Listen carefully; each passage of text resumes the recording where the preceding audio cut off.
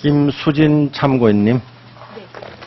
김 참고인님께 몇 가지 질의를 드리겠습니다.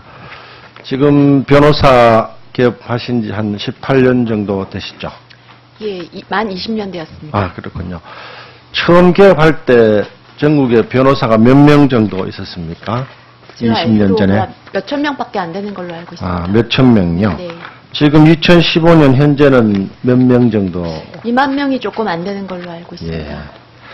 이 2만 명 중에서 월 1억, 연간 12억 정도의 수입을 세금 세전입니다. 올릴 수 있는 변호사는 2만 명 중에 대략적으로 몇 명 정도로 알고 있습니까? 예, 제가 그 부분에 대해서는 뭐 이렇게 정확하게 통계를 모르기 때문에 답변을 드리긴 곤란할 것 같고, 극히 뭐 많은 숫자는 아니라고 생각을 합니다. 대략적으로 상위 한 5% 정도는 연 12억 정도는 수입을 예, 가집니까? 저도 추측근데 그 정도는 되지 않을까 5% 정도. 생각합니다. 예. 1000명 정도 되네요, 그러니까. 예. 예. 그러면은 변호사 수임료의 결정 방식이 예. 시대적 또 역사적으로 여러 기준에 의해서 설정된 걸로 알고 있습니다. 가장 기본적인 거는 경제 논리죠. 예. 그 사람이 1년간 수입을 계산하고 거기에 비용을 빼고 나머지로 지급하는 방법이 있고, 또 다른 방법도 있었습니다. 수임료의 결정 기준이 단순히 경제 논리에 의할 것이냐, 아니면은 사회적 정의 차원이 있습니다. 그렇지 않겠습니까? 가격의 결정 요인은 두 가지인데, 현재 대한민국의 법률 시장의 수임료는 대부분 경제 논리로 결정되고 있습니까?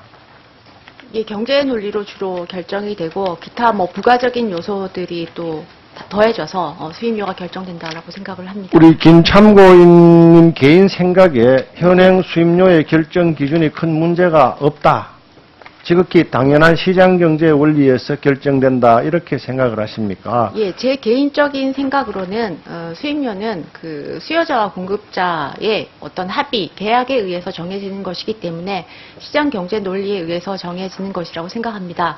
다만 그 수임료를 결정할 때 어떤 도덕적인 기준이나 여러 가지 제약이 있을 수는 있다고 생각합니다.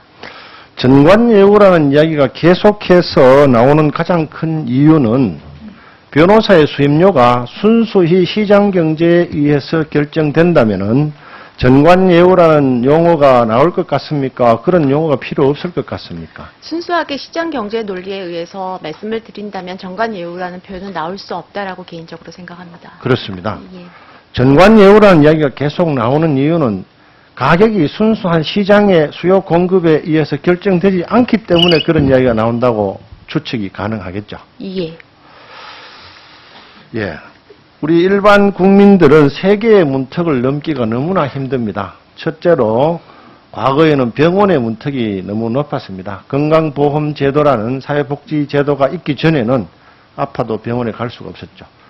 두 번째는 은행 문턱이 엄청나게 높았습니다. 지금도 260만 명이 넘는 사람들이 35.9%라는 살인적인 고금리에 시달리고 있습니다. 세 번째가 변호사 사무실의 문턱이죠. 보통 사람들은 변호사 사무실을 찾아갈 수가 없습니다. 처음부터 워낙 비싸기 때문에 도저히 그 문턱에 들어갈 엄두를 못 내고 있죠. 그런데 이 자료에 의하면은 마을 변호사라는 제도가 일단 저는 처음 들었습니다. 어떤 제도죠?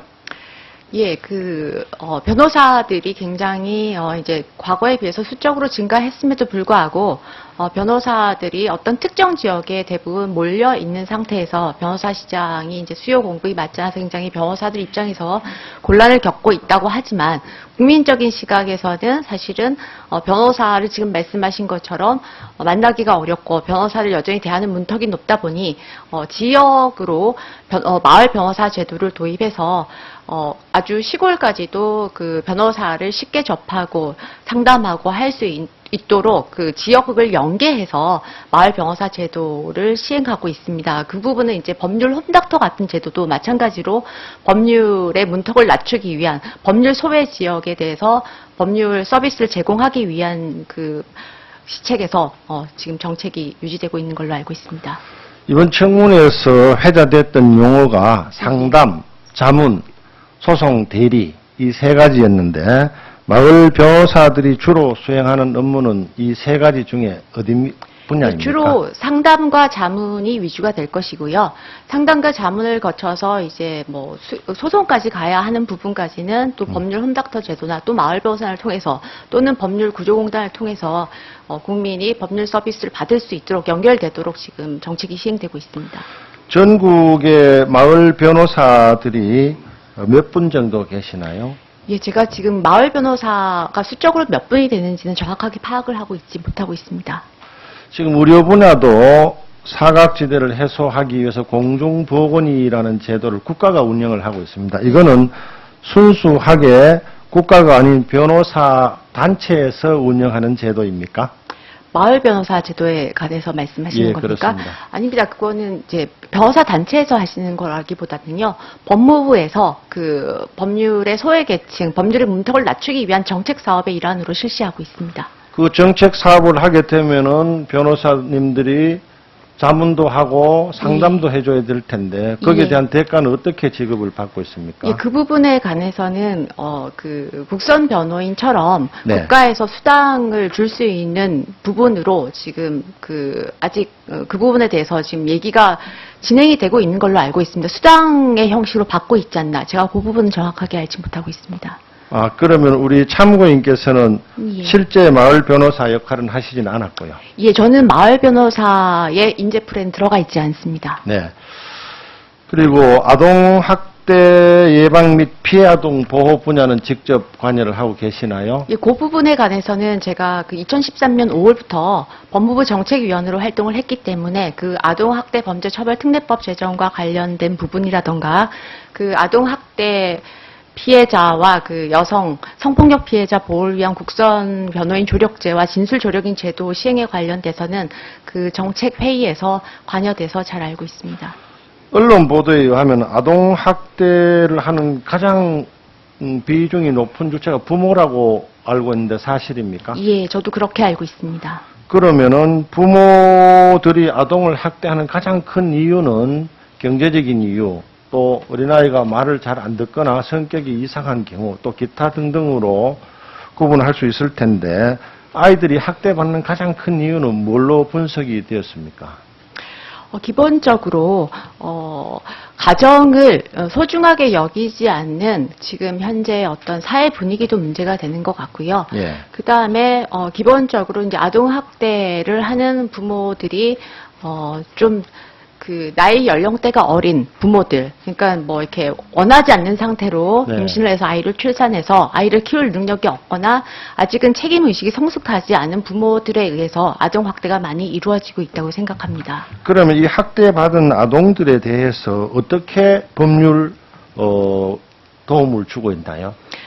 그 아동 학대에 만약에 피해 신고가 들어오게 되면 부모 처벌에 위주를 두고 있습니까? 아니면 아이들 보호에 위주를 두고 있습니까? 기존에는 부모 처벌에 포커스가 맞춰졌다고 한다면 지금은 처벌과 함께 그 피해 아동에 대한 어떤 정신적인 부분에 대한 치유 부분이나 보호 부분에 대해서 포커스가 맞춰지고 있다라고 알고 있습니다. 예, 두 번째 활동은 대단히 중요한데 피해를 입은 아동 보호와 함께 학대를 한 부모가 처벌로 인해서 이 아동 학대에 대한 문제가 해결될 수 있다고 보나요?